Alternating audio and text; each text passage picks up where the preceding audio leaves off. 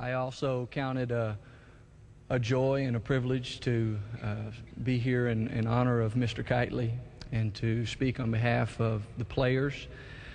Mr. Kitely, we probably as players told you thank you a few times, but definitely didn't tell you thank you enough times. And tonight I just want to tell you thank you for several things. First thing I want to tell you thank you was for stale moon pies, for the treadmill experience, and for teaching me how to pin up my practice bag. In the summer of 1993, I arrived on campus at the University of Kentucky, and like all players, just immediately connected with Mr. Kitely, not because of anything that we did as players, but because of everything he did as himself. Right away, I found out about Mr. Kitely's stash of candy and snacks and pop and Gatorade and water. Rodney Dent was a senior on the team my freshman year, and his nickname, as you remember, was Moon, because he liked moon pies. So Mr. Kitely immediately went out and got some moon pies for Moon. By the time my senior year rolled around 4 years later, I decided that I would try some of those moon pies that Mr. Kitely had.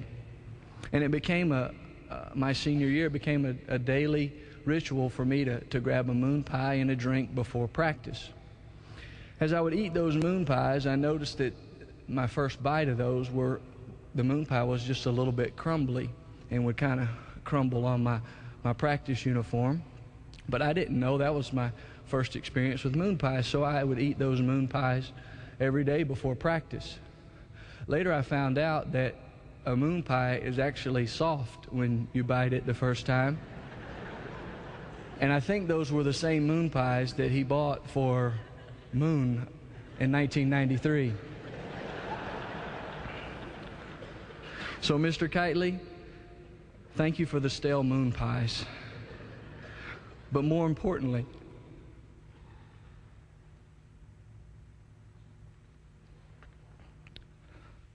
thank you for being so prepared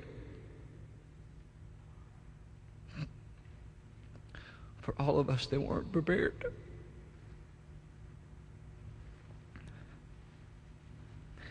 During our practices in the 90s with Coach Patino, one of Coach's favorite forms of discipline was sending us to the treadmill. And I was one of his favorites. Coach would send us to the treadmill when we would make some bad decisions, turn over, or forget to block out, or forget to rotate on defense. And if you remember Memorial Coliseum's practice floor, there was a huge glass window, and the treadmill sat right inside of the glass window. Coach Brown, our strength coach, would be in there as Coach Patino would send players in there one after another.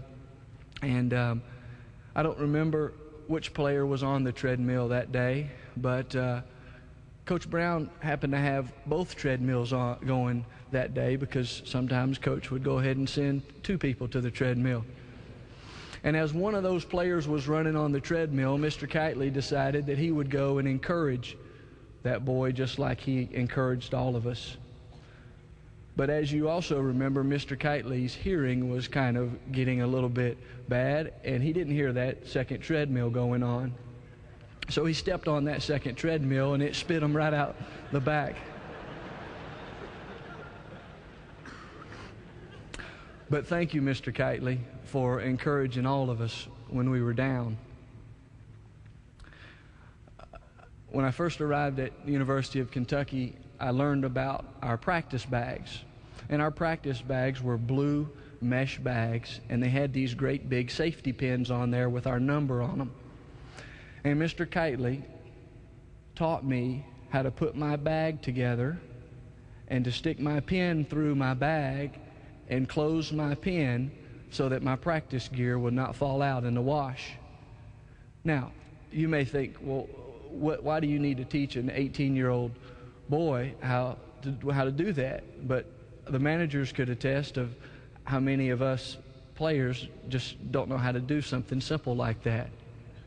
But Mr. Kitely taught us how to do the simple things.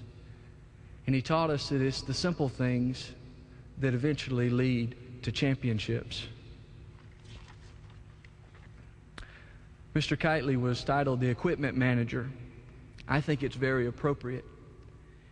Mr. Kitely, you equipped us with socks and ball shoes and t-shirts and shorts and jock straps and tights and sweats and warm-ups and winter jackets, running shoes, practice uniforms, and game uniforms.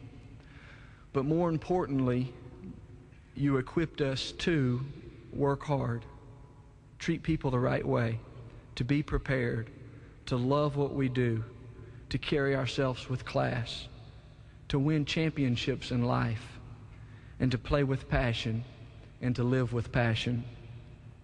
You know, the coaches at the University of Kentucky taught us some great lessons as well.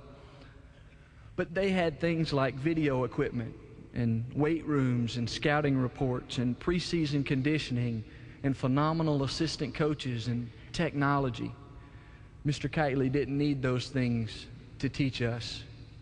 He taught us with his life. Before we came out here today, some of the media were asking us some questions. And they asked us, how do we honor Mr. Kitely? And it's a tough question. But I think we honor Mr. Kitely with our life, because Mr. Kitely taught us so many lessons with his life. He didn't need words to teach us lessons. He just had to speak your name. He just had to touch your arm. We saw his life of service.